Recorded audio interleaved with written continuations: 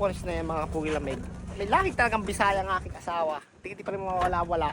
Ay, kada birthday, kailangan may handa eh. Oh. Maghahanda daw ang aking anak dun sa school. Kung ako ang masusunod, wala lang handa-handa. Nakapagod eh. Oh, karista iya. Yung kukuhanin daw namin ang cake ng asawa kong area. Dito pala sa Joyce Chocolate, nagpagawa ang aking asawa. Masapang nga dito. Ang mga cake, chocolates. Punta rin kayo dito. Kung gusto yung mamasyal. Pinoy din na may-ari nito, Bisaya. Bisaya. Kagaya ni Mrs. ko, Bisaya. Ayan o, dami nilang benta. May mga tunay na alpaca pa. Haribang-hibon. Hello, Ate Joyce. Yan, ito ang atin na mayora dito sa Mayora South Miss Victoria. Okay lang naman, milyonarya naman. Hello. Hello, kabsat, kumusta?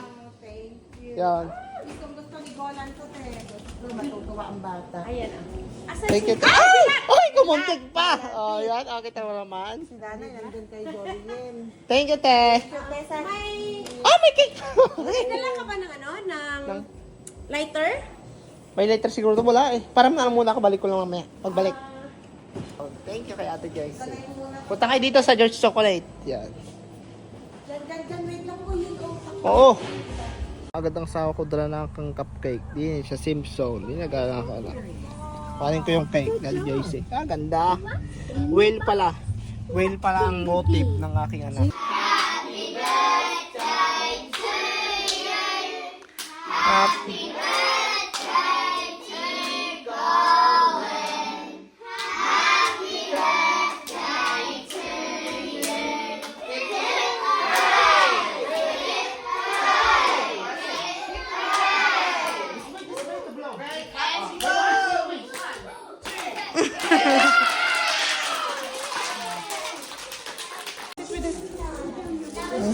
Golan. Natapos na birthday. Ginawa namin yung mga handang iba doon kasi parang iuwi pa namin. Tinanong kung pwedeng iwan, pwede daw. Nairaw sa birthday ng iyong utol. Kakulit-kulit din naman na nga. Aking ina, pipicture daw din eh. Sa harap na school ni Gulan.